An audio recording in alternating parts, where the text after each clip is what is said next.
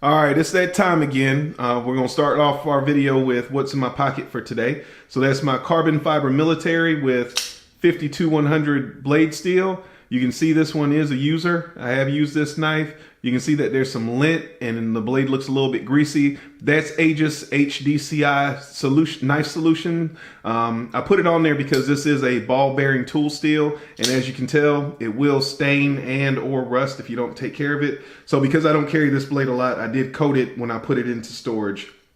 That product, Aegis HDCI and EDCI, is no longer made, but I have heard rumored that Jeff is going to come back out with it. Jeff, if you happen to see this video or somebody that knows Jeff, please, if you can give us some information on that. I know a lot of us are missing your product and we would like to see it back, but that's what's in my pocket. Let's go ahead and put this up so we can get started talking about my follow-up and semi-final thoughts on the Spyderco Slysz Bowie. Let's roll the intro.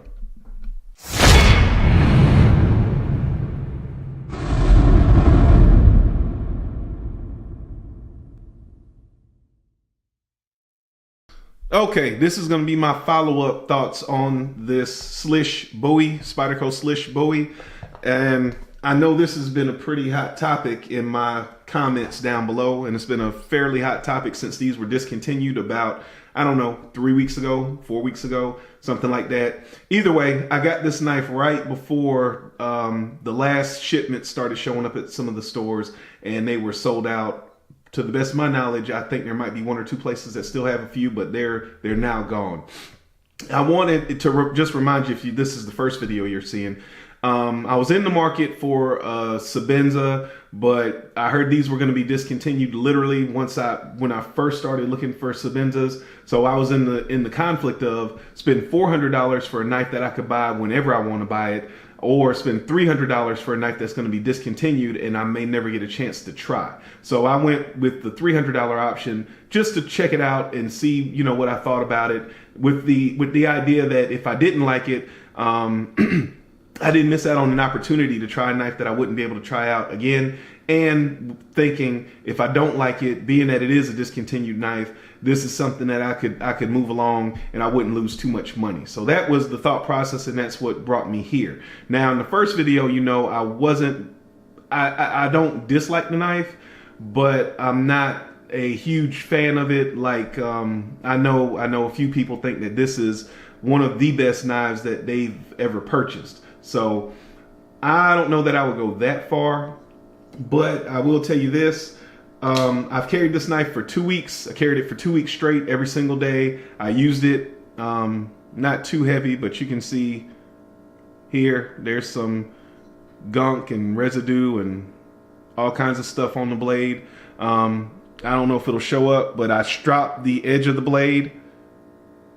And my angle wasn't the greatest, so I literally stropped the edge of the blade. This knife came incredibly sharp. It's still sharp. This is CTS XHP. The thumb hole can be a little bit sharp on some of these Spydercos. That's not the case on this knife. The one thing I did notice, if I'm holding this knife and I'm using it, you know, the edges here, well, none of the edges are chamfered. So you can see here, it's just a squared off. My lighting's not the best. There we go. You can see here, these edges, excuse me, these edges are just square. They're not rounded off. So I can feel a little bit of a hot spot right here, especially, but on all of these fingers to some extent. But right here, especially if you're really squeezing that knife and you're really working with it, it gives me a little bit of a hot spot. It's not a deal breaker, but you know, it's there. The other thing I noticed, and this is a nitpick, I'll go ahead and say that because I know I've been accused of nitpicking knives, but isn't that what we do as people that love knives? And to some extent, I don't want to say I'm a knife reviewer, but a person that admires knives enough to make videos about what they like and don't like about a knife, that's kind of what we do.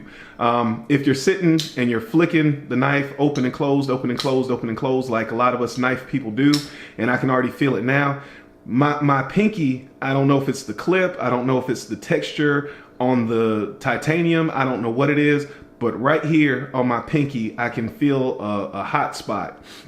my finger starts to kind of burn, almost like it's sliding back and forth on the titanium or something. And like I said, that's only going to affect us knife nuts. Who's going to sit there and open and close a knife 20 or 30 times in a row, you know? But that's another thing that I noticed in the use of the knife.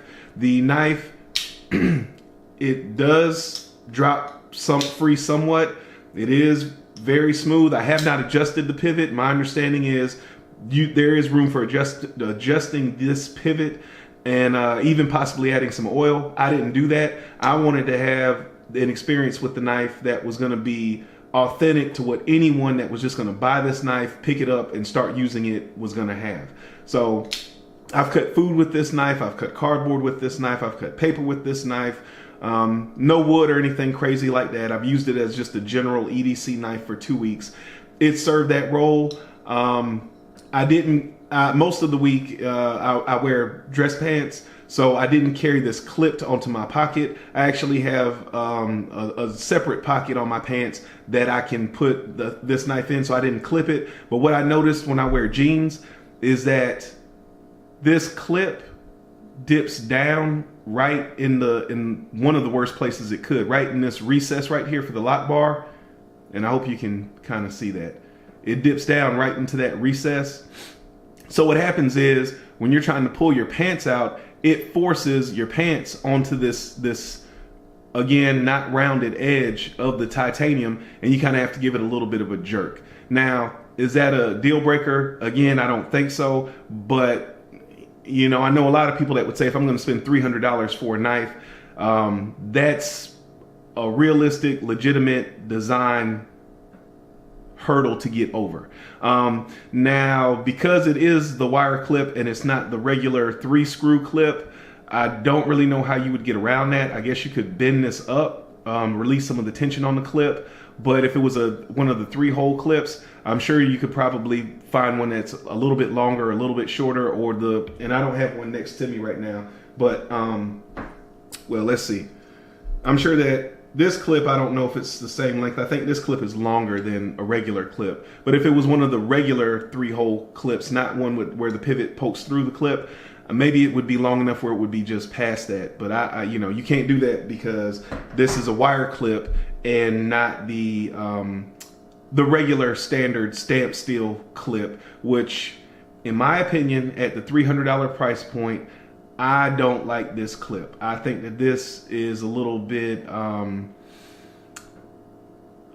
lazy. I don't know any other way to say it. I think that at a $300 price point, you're appealing to a buyer that wants something that's a little bit nicer. And I know that a lot of people love this clip, but on a $300 knife that is for someone who really enjoys a nice knife and nice things on a knife, because there's no other reason why you're spending $300 on a knife. You could buy a $50 knife or a $100 knife or a $200 knife if you just want something that'll cut.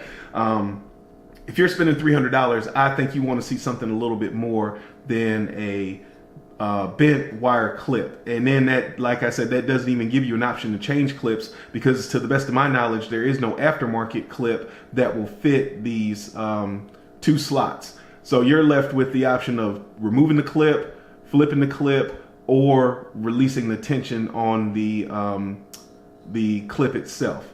The other thing that you guys know I did not care for is this G10 backspacer. Again, there is, and I think I might be able to pick it up, there is a good amount of work that went into the backspacer. You can see here the edges of the backspacer are chamfered, and that's all the way around. If you look at somebody's video where they've taken this knife apart, you can see that the edges of the backspacer are chamfered all the way around. There's jimping that raises slightly above the titanium itself. So I mean, there was really some design that was put into this and some thought. But again, at a $300 price point, I would rather just regular old stainless steel. It doesn't even have to be titanium, just regular old stainless steel barrel spacers. Again, if this is a full titanium knife, I'm assuming this is meant to be more of a slightly heavier user, because you're using more durable materials.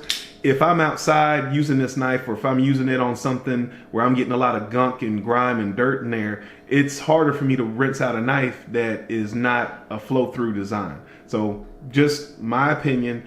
I know, again, there are people that make aftermarket backspacers for this knife. However, if you've already spent $300 on a Spyderco, and I hate to say it like that, but Spyderco is not known for $400 or $500 knives. If you've already spent $300 on a Spyderco knife, you don't really want to spend whatever it's going to cost for an aftermarket backspacer as well. In my opinion, that's not something that I'm interested in doing off the bat for a knife that's brand new. Now, maybe, you know, after you've had the knife for a while, if you really love it, that's something that would interest you. But I think for most people, that would not be something that they wanted to do. Trying to think of anything else. The lockup, and I should have noted it better in my other videos. You can go back and look at my other videos. I believe it did get slightly later, but it's still pretty early. The lockup does not stick at all. There's no stick. As I said, the deployment is very smooth. The blade, sometimes it does drop down. I have not oiled this. I have not adjusted the pivot. Trying to think of anything else. The jimping is effective. It's not overly aggressive. It's actually a really good in-between. The blade is thin enough that it slices well. It functions well with whatever I was cutting. The belly came in handy. In general, it works. There's nothing wrong with the knife except for maybe this the pocket clip thing where you're getting hung up a little bit on the hump of the titanium right here. That would be the only thing that I could say is, you know, wrong with the knife. The other thing that, and this doesn't affect me because I don't middle finger flick and I'm not left-handed, but as you can see here, there's not a lot of real estate on the back side of this knife, and it's kind of hard if you are left-handed to try to open this knife. And I don't even know, I guess it's possible, but it's not the easiest thing in the world. The other thing somebody asked me to do is to see if I could flick it open, and I've been able to do it once or twice, but like I told someone else, I don't middle finger flick any Spyderco knife, so I'm probably not the best guy to ask to do that. But as you can see, it's very difficult. I've done it a couple times, so I would say it's possible, but it's not easy. Overall, I like the knife. There's nothing that's a disaster about the knife. The centering hasn't changed at all. The centering is spot on. I believe I can get that in there. Centering is spot on. The action is smooth. There's nothing that I can say is bad about the knife, is a disaster about the knife. I just think that the knife is a little bit much for having the G10 backspacer and the bent wire pocket clip. And I know that came into question in a few of my videos. So I did some research because as I've mentioned to you guys, I don't like to make statements unless I can support those statements with some type of fact. So, and let me get in Taipei, Taiwan. So that's the major city that I could find information on, economic information on. The average monthly salary, the average monthly minimum wage is $725 a month. In 2005, the average gross salary was found to be $30,194. And all this is in United States domestic currency. So in dollars, this is converted over to. In 2007, in the city of Taipei, it cost on average $794.23 per person for monthly costs. That includes rent and things of that nature. The cost of living in Taipei is 29.0% lower than the cost of living in New York City. The cost of living compared to 531 cities across. Let me back up. The cost of living in Taipei is ranked at 217 out of 531 cities worldwide. So we're not talking about a city that's super expensive or one that's super cheap. It's kind of in the middle. And the average salary for a college graduate in 2016 was $925 per month.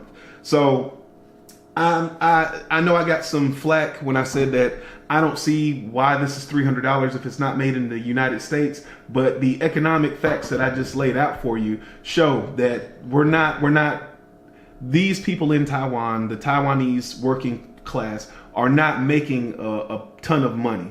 And that makes sense, because why else would a knife be manufactured overseas unless you could do it more cheaply and at a benefit to the business? And I'm not knocking Spyderco, because this is a common business practice and we see it all over the place. As a matter of fact, I know that a lot of people are buying knives like Kaisers, so on and so forth, because they are higher quality Chinese or Asian made knives that can compete with the American made knives, but not at the same cost. So this is not unique to Spyderco, but at $300, I just think that I would like to see either a different clip and Backspacer, or I think that I would feel like this would be a better deal, a better value at $225 to $250. And I know there was talk about the titanium being contoured, and that's one thing I did not talk about. There's talk about the cost being raised because this titanium is contoured. I don't know how much of a benefit that actually is, because like I said, they left these edges just at 90 degrees or very square. I'll say, I won't say 90 degrees, just very square. And it's actually, if you run your finger on it like that, it's fairly sharp. So the other thing that I saw on the knife, and I noticed this because it's wintertime and your hands are dry. I don't know if my hands are even ashy right now, but your hands are dry, it's cold, so this is going to be cold. This you can see here, I'm pressing down pretty hard, but my finger can just slide over this titanium. There's very little traction with this stonewashed titanium, and that contour kind of, adds to it. So again, if this is a harder use knife, something that I'm going to be relying on a little bit more than just a gentleman's carry, I think that has to be taken into account. And maybe in the summertime, when you have more moisture in your skin, it's warmer outside, so this is going to feel warmer in your hand. The temperature of this is going to be higher. It won't be such a big deal. But with cold titanium and dry hands, this does become a little bit slippery. And I don't know that it's slippery to the extent it's going to fall out of your hand when you're using it, working with the knife, as far as actively cutting. However, I did have a couple of times where I was pulling the knife out of my pocket, and because it was cold and because my hands were dry and it was a little bit slick, I almost dropped the knife. Or, when you're closing the knife and you're handling it to put it back in, things like that, it gets a little bit slick and a little bit slippery. And I did actually drop the knife once. So that's it. Those are my thoughts. At $300, I don't know that I would buy the knife again. And for the reasons I mentioned, I've given you the economic stats. I've told you about the knife and the things on the knife I liked and I don't like. However, with that being said, like I said, there's nothing wrong with the knife. It's a fine knife. It's good. It does what it's supposed to. But for $300, I'm not super excited about this knife. So that's my thoughts. As always, and I'm sure I'll get them, please post your comments below. I enjoy reading your comments, whether you agree or disagree. I enjoy hearing different points of view, because I think the other thing is we can never be afraid to listen to what other people have to say and have that change our opinion on something, or have a new fact brought to you that changes the way you think about something. So please, if you have more information that I don't have, list it below. We'll talk about it. I enjoyed the conversation. I hope to catch you in the next video. Thank you.